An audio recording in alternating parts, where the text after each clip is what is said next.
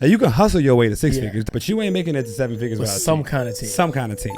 Coming up on the Melanin Money Show. We get compensated as CEOs, visionaries, founders for the risk they didn't take. Like, they get a paycheck, rain, sleet, snow, hail, whatever. We can talk to each other like that. You can talk to your homies at the crib or your other entrepreneur friends at 9 o'clock at night, but you got to respect that you're employees. When you are joining forces with another person and bringing people in your company, you have to have a united front. Because if y'all not united, so this episode will be helpful for everybody trying to like be a leader.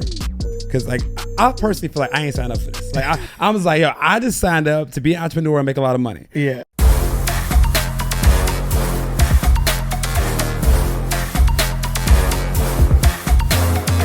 What's up, everybody? Welcome back. Welcome in. Welcome to another episode of the Melanin Money Show. Man, we've been here before. Y'all know how it goes after a long week of festivities. Yes. Still showing up, being consistent. Why don't we do it on the front end? Why do we always go to events, party, and then come record a podcast with no, like, why do we keep playing ourselves like this? I don't know why we keep playing ourselves, but hopefully will be the last time. Okay. This will be the last time. But man, how you feeling, bro?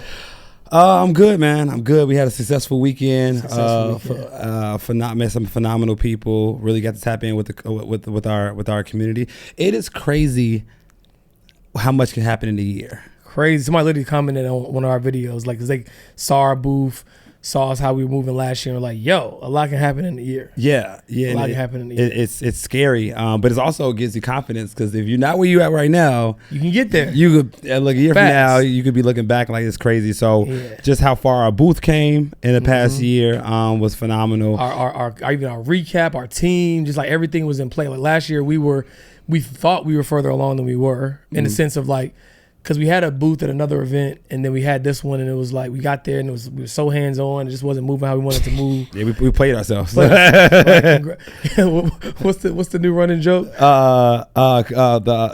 You played yourself, war goes too. Drum roll, please. Yeah. So we're gonna get into another episode where we talk all things InvestFest. Yeah. But we would be remiss if we didn't give y'all the context. If you hear the raspiness. Yeah. And we literally still have the wristband.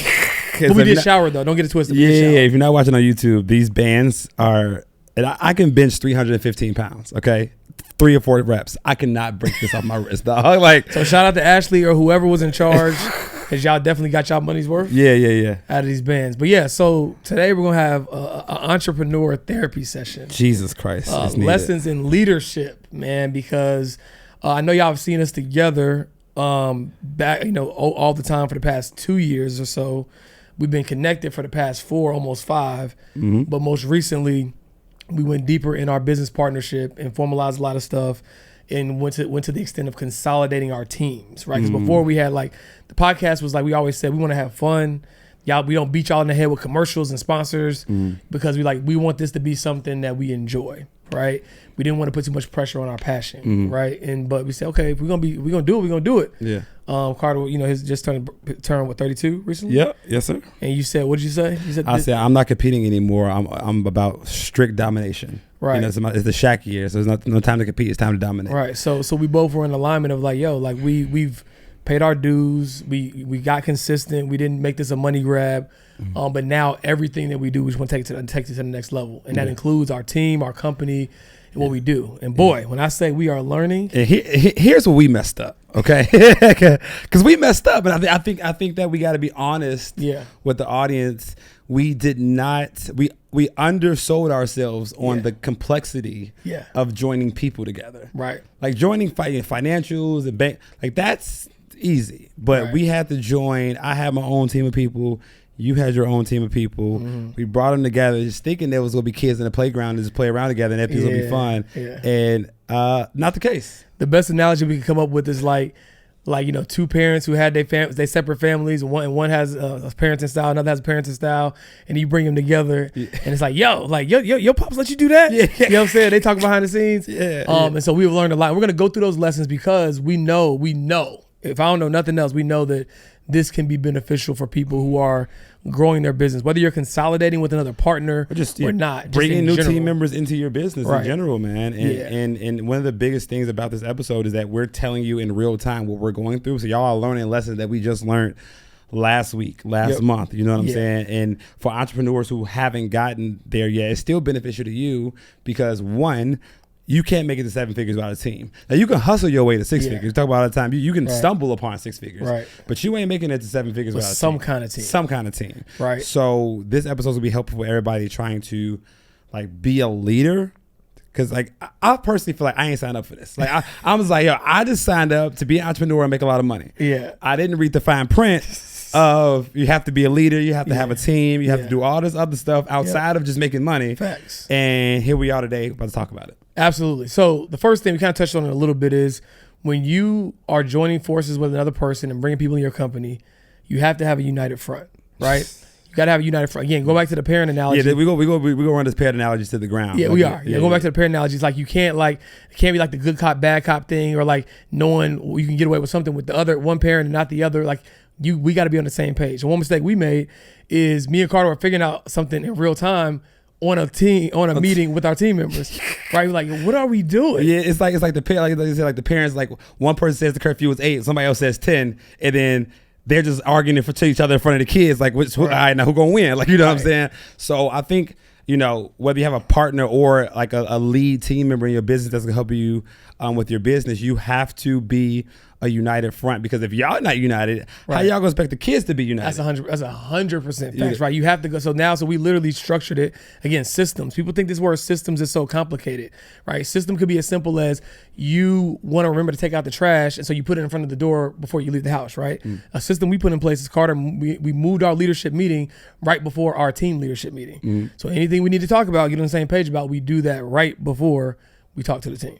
Exactly, and that way we come into the meeting on a consolidated front, because if you don't, then your employees or your contractors or your team members will do what the kids do, and they'll go around one parent's back to ask the other parent about something that they know they're gonna say yes to, right? And then they're gonna say yes, and then when they want something else, they'll go back around. Like, bro, I thought we weren't doing this. Well, they came to me, so it's just. Yo, it's such a big learning experience, and we made the mistake, and we won't make it again. So if you're going to be a leader in your company, you have to make sure if you or your partner, your CFO, whoever you're leading the company with, y'all are on the same page on all major decisions. 100%, and this goes without saying, but you have to realize that compromise is at the forefront. And when I think about compromise, I don't think about I get to do some of what I want to do, you get to do some of what you want to do. I think about it as us taking the best of what we both are good at and finding the better way, right? It's like, 'cause there's things that you've done extremely well. There's things that I've done extremely well. How can we take the best of both of those worlds and find a new path, which is still going to be different? Yeah, let's make it right, wrong, but it's just going to be different. And that's something you're going to have to get used to. I'm not going to be able to do things 100% of the way I'm used to.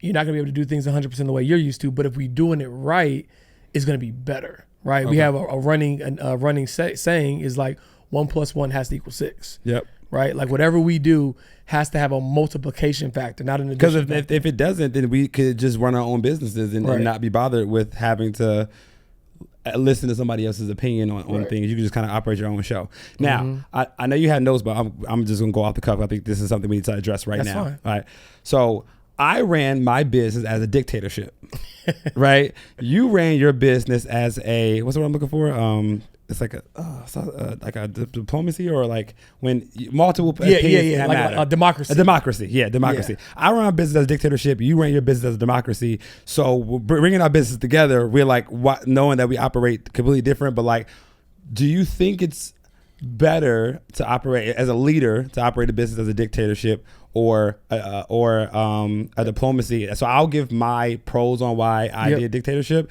and you can give your pros on diplomacy, because there's no right or wrong answers. How do you want to operate your business, right? So again, by dictatorship, I mean what I say goes, right?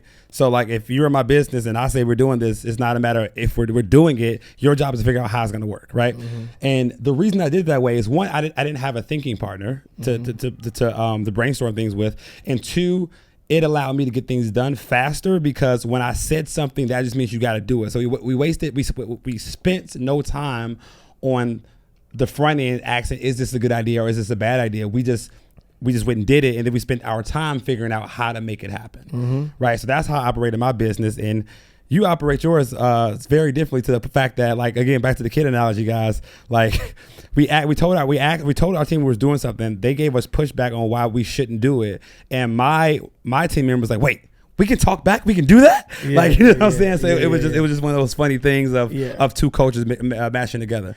Yeah, and there's pros and cons and everything, right? But the reason why I was able to operate that way based upon the people that were working for me, right? So I wanted to invite them into the decision-making process, because for me, I know we always had different vantage points. I'm looking at things from the mountaintop and seeing the next frontier. They're looking at things from like the bottom up. So I always knew that they saw things from a different lens than me. And if I didn't get their feedback, I probably was going to make a decision without having the right perspective. Right. And so I wanted to give that holistic viewpoint, so I knew whatever decision I made was holistic. Now, the challenge with that I accept, that I understood, that it's still challenging for me to this day. And I'm gonna get to like my first like real like moment of like, I'm the most emotionally intelligent person I know.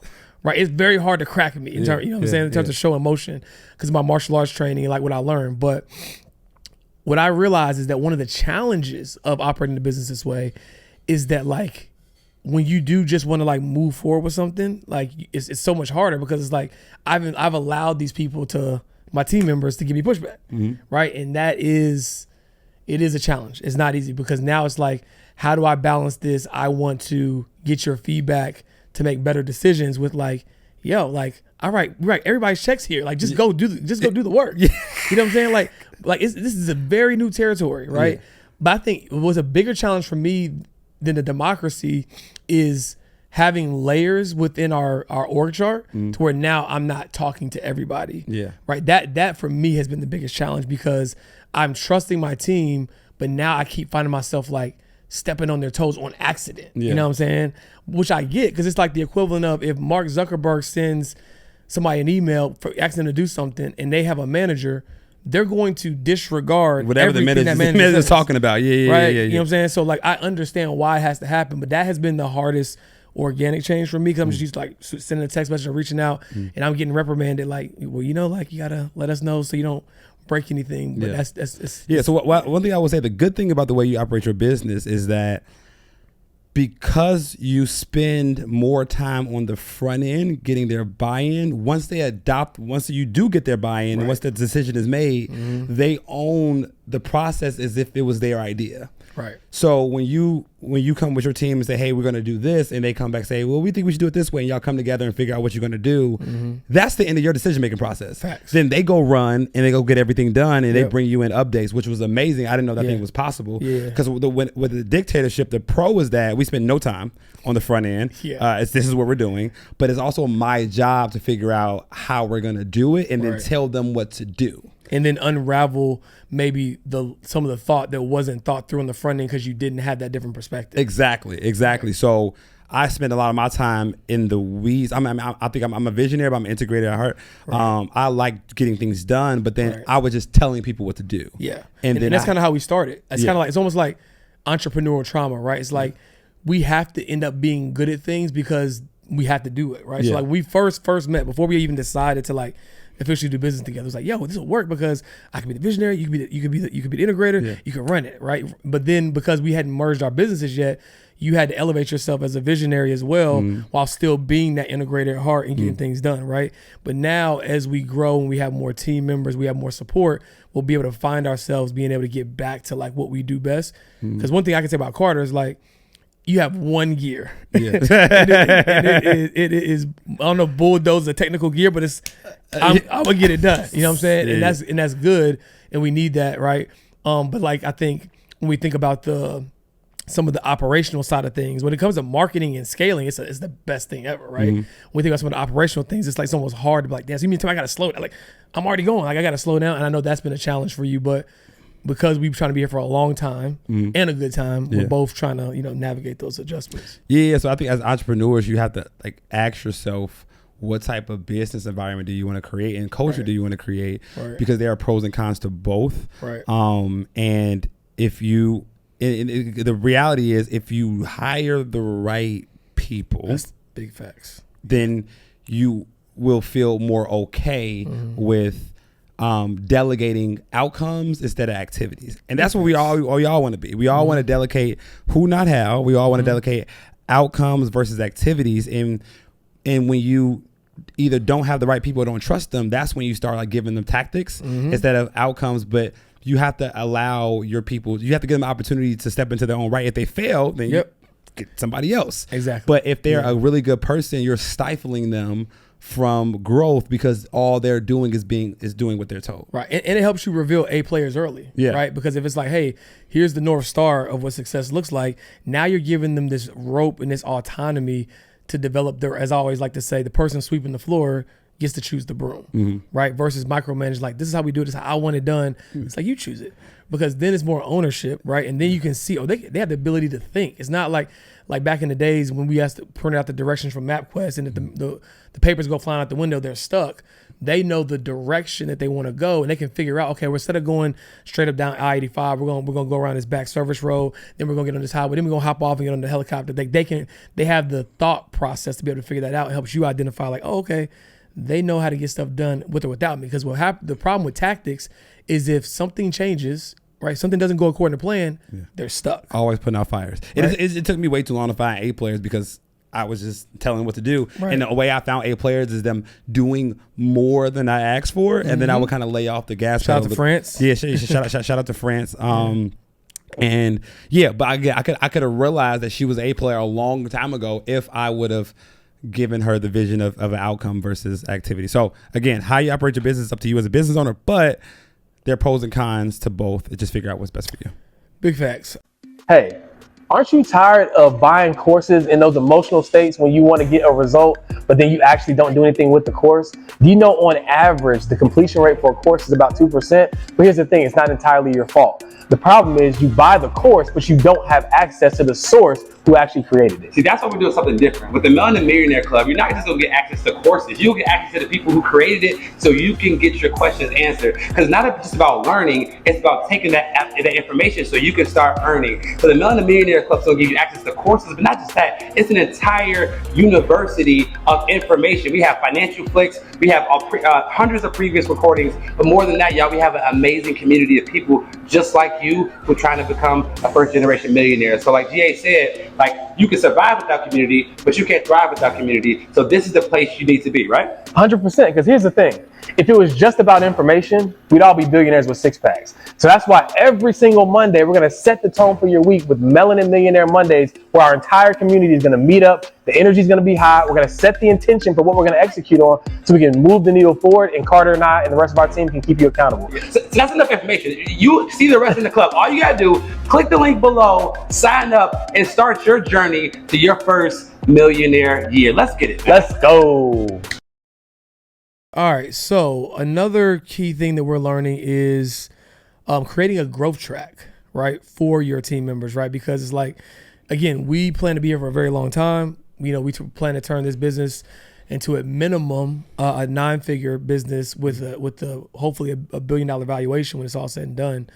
And so you have to get, if you want, like, I've gotten people to leave companies like Vanguard, right, who have $1 trillion in assets, right, with a T. And other multi 9-figure organizations. And the reason being is because I was able to help show them their growth trajectory in our organization, right? You can't expect, like, money is the table stakes when it comes to hiring people, right? Especially the A players. Especially the A players, right? Like, because I like to hire from the top down, because I know that if I hire from the top down, they can then manage the people that are going to do the tactics. I don't like to hire like onesie twosie people who can do this thing and do that thing and do that, because you just got to hire a micro army of a bunch of little people versus like, if I hire from the top down, you might be stretched in the beginning, then you'll be able to define the things that we should get off your plate, what that role looks like, but you're doing all that. Like Samantha, she was my first true full-time employee. I was like, so what are your benefits like at work? All right, cool. So here's what you're gonna do. You're gonna duplicate that and figure out how we gonna get it. You're gonna create that because you're the first person I'm giving that to. Yeah. Right. And she was able to do it. And you give people this autonomy, but you got to create a growth track for like where they're going. Like for her in particular, like she started out as which is so crazy to think about, my part-time assistant making $500 a month. Right. Then she got a 20% raise, making $600. And then it evolved. I was like, well, she's, to your point, I was able to see her doing way more Yeah. than assistant stuff. And then I felt bad. I was like, why is she booking flights? Like, this is ridiculous. She's way better than that. And then I evolved her to a director of operations. But I told her, I was like, hey, look, the only way to get from director of operations to COO is you have to be able to not just do stuff because you can do it and trust your team, right? So that I can lean on you to think so that I don't have to do all the thinking, right? And it literally, the merger is what like sparked it, because she's so good at what she does, she'll just get it done. She's like, well, you know what? I know what Georgia's standards are, just get it done.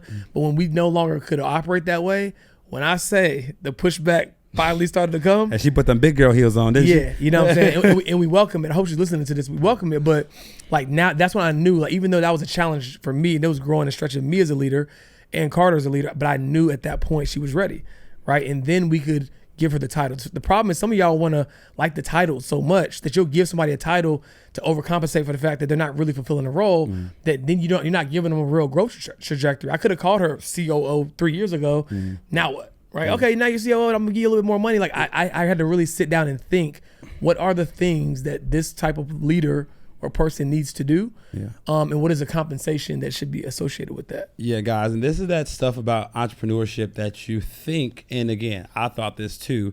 It's like the like minutia, or like company culture, like all that. Anybody got time for that. I'm here to make money, man. What y'all talking about, right? Yeah. This is that stuff that you think is fluff at the beginning, until you get to a point where it's like, oh crap, it's real. It's real, right? So one thing that you do that I never did, I'll admit it, growth track, like, your job is this, okay? Right. I need you to do that. And then when I need some more, I'm gonna put that on your plate. Yeah, I'll put that on your plate. You will figure that with the growth part on the back end. But I've noticed what that has done to some of the people, because you think if you go work for somebody and they just say your role is assistant, it's like, oh, okay. But what am I going to aspire to, right? Or what's the next level? But if you can show them their growth, then you might inspire them more than they was in any other job, because they're like, oh, I never thought I could be a CEO. I never thought I could be a director of sales, right? I always thought I was this person that takes calls and closes people on an offer. So I think that, again, it was one of them things I'm like, bro, you wasting your time doing that. Like, bro, like, ain't nobody got time for that. I'm trying to make money. But then at this point, I'm like, oh, that's why his people are bought in so much. That's how you take people from Fortune 500 companies, is they have to see their track. Because the Fortune 500 company, they know the track. They're seeing them walk around the office. Oh, that's the manager? How long you been here? 5 years? How much you make? So they can see with the other people what the growth track is. But as small business, we don't have that. Right, and being decentralized. So it's key, and because I just knew that I wanted to build something that could outlive me, right? And it's like, if you are valuable to your business, then your business is not valuable, right? So who can you put in place that treats your business like you would treat it, almost, at least, right? Which leads me to my next point of, you can't suffocate your team with your level of ambition, right? Like, this is our business for a reason. God gave me a vision, God gave Carter a vision, now we have a collective vision.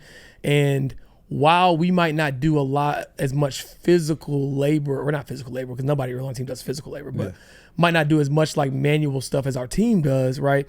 We are still, even at this point in our careers, like, we still got that dog in us. You know what I'm saying? Like, we're willing to go get it, weekends if necessary, like on some instance. I mean, you remember when who was at your crib and your sister was like, why's my job texting me on Sunday? Oh, yeah. And we're like, oh, we be texting our employees on Saturday, Sunday, Monday, like, Sunday, Monday, Tuesday, Wednesday, Thursday, Saturday. Yeah. So like, we understand that, right? So like, it's all instinctual and all organic. Like, we're not like trying to like beat our team in the head, but it's just like, hey, I'm working on Sunday, or I'm doing this, I'm gonna send a text, or I'm thinking about something at 9 p.m. at night, like, I'm gonna send a voice note. But it's like, yo, like, you gotta remember, the same person that you're taking from that Fortune 500 company, they're not getting texts from their boss at 9 o'clock at night. They're not having to do some tweaks on a Sunday because your webinar or something. That's like, that's not what they're used to. So either one, you have to set the standard and tone for your company culture and make sure you're overcompensating in other ways, which I feel like we do a decent job of now, especially with the trips and activations and stuff like that. But like, you have to still create a gap and a space to know, like, no matter how hard they work, at the end of the day, and Alex Hormozi said it best, and I'm not going to be able to articulate it the right way, but I get compensated for risk they didn't take. Right? Yeah, absolutely. You know what I'm saying? It's the video. I'm not sure if you watch, I screen recorded and sent it to you the other day at 1 a.m. Yeah. But But yeah, we get compensated as CEOs, visionaries, founders for the risk they didn't take. Like they get a paycheck, rain, sleet, snow, hail, whatever, right? There was a period of time where we were investing in our business and we took losses on paper, or like I think you said the other day, it's not necessarily a loss, but like I made an investment in my business and I didn't get a paycheck. I wasn't paying myself, right?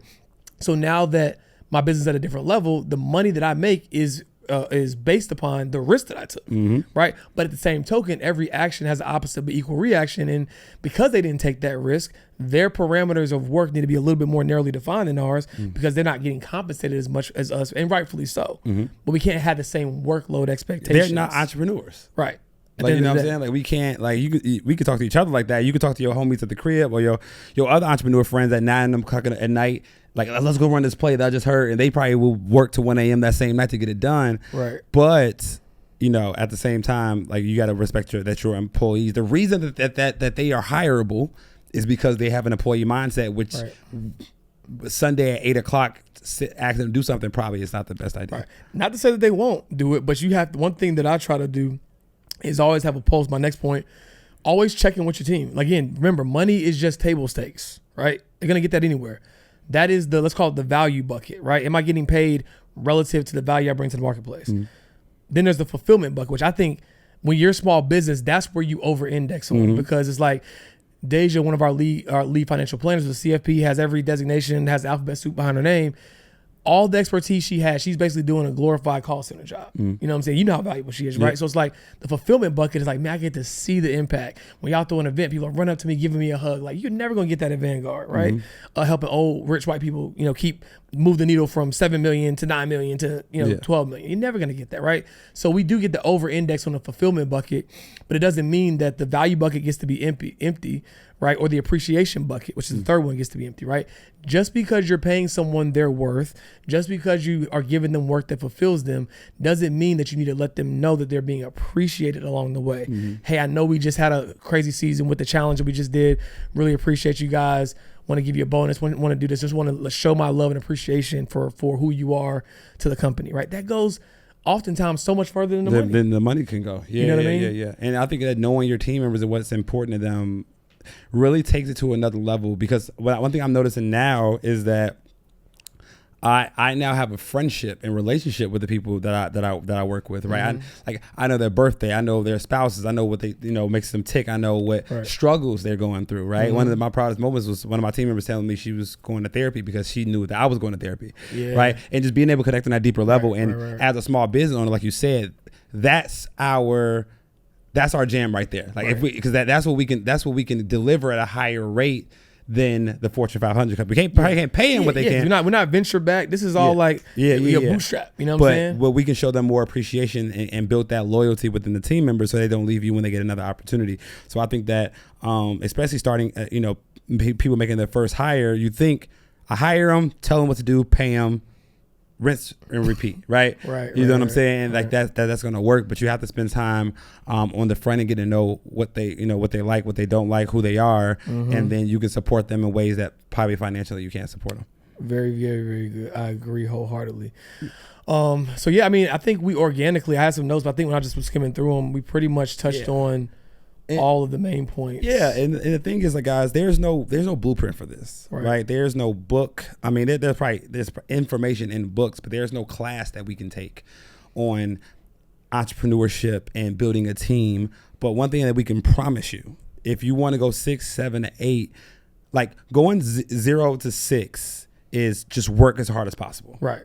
You know what I'm saying? You stumble into that. You can go get a job. We currently have multiple people on our payroll that we pay 6 figures. Yeah, which is crazy to think about.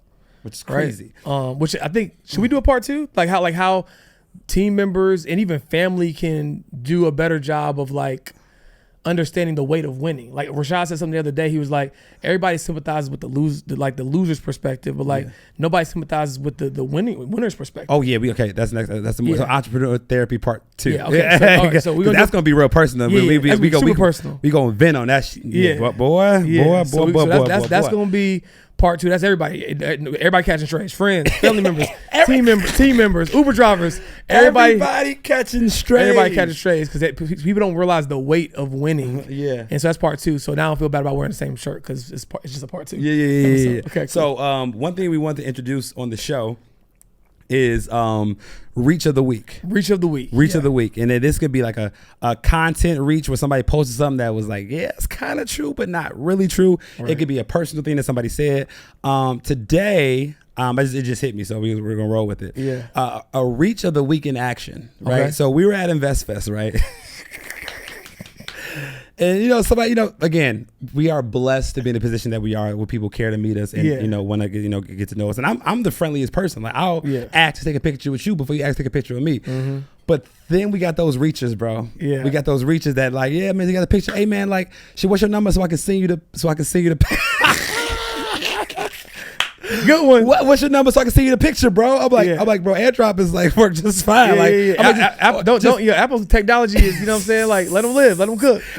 Just post it and tag me. Like, no, man, I want to make sure you get the original file. I was like, bro, so now I got to give you the Google Voice stuff because like you knew you was reaching when you asked me that. You know what I'm saying? That's but like, hilarious. that just happened to me yesterday. I was like, this is gonna be the reach of the week. Yes, this gonna be a new segment we have, y'all. Reach of the week. So somebody, people get on the internet talking about the Cayman Islands Trust submerged underwater in the submarine. Like if it's just something that sounds a little crazy and y'all want us to give our thoughts on it, send it to us, shoot it to us in the DMs, tag us in it, and send it to the Melanin Money page. Yeah, send it to the Melanin Money page. Our social media management team. Yeah, social media team can organize that for us, and you can get our opinion because I know the episodes when we were talking about like things that we were seeing online and scamming did really, really well. So this will give some context to that we can keep doing on a regular basis, y'all. So thank y'all for tuning in to another episode of the Melanin Money Show, and we'll see y'all for part 2.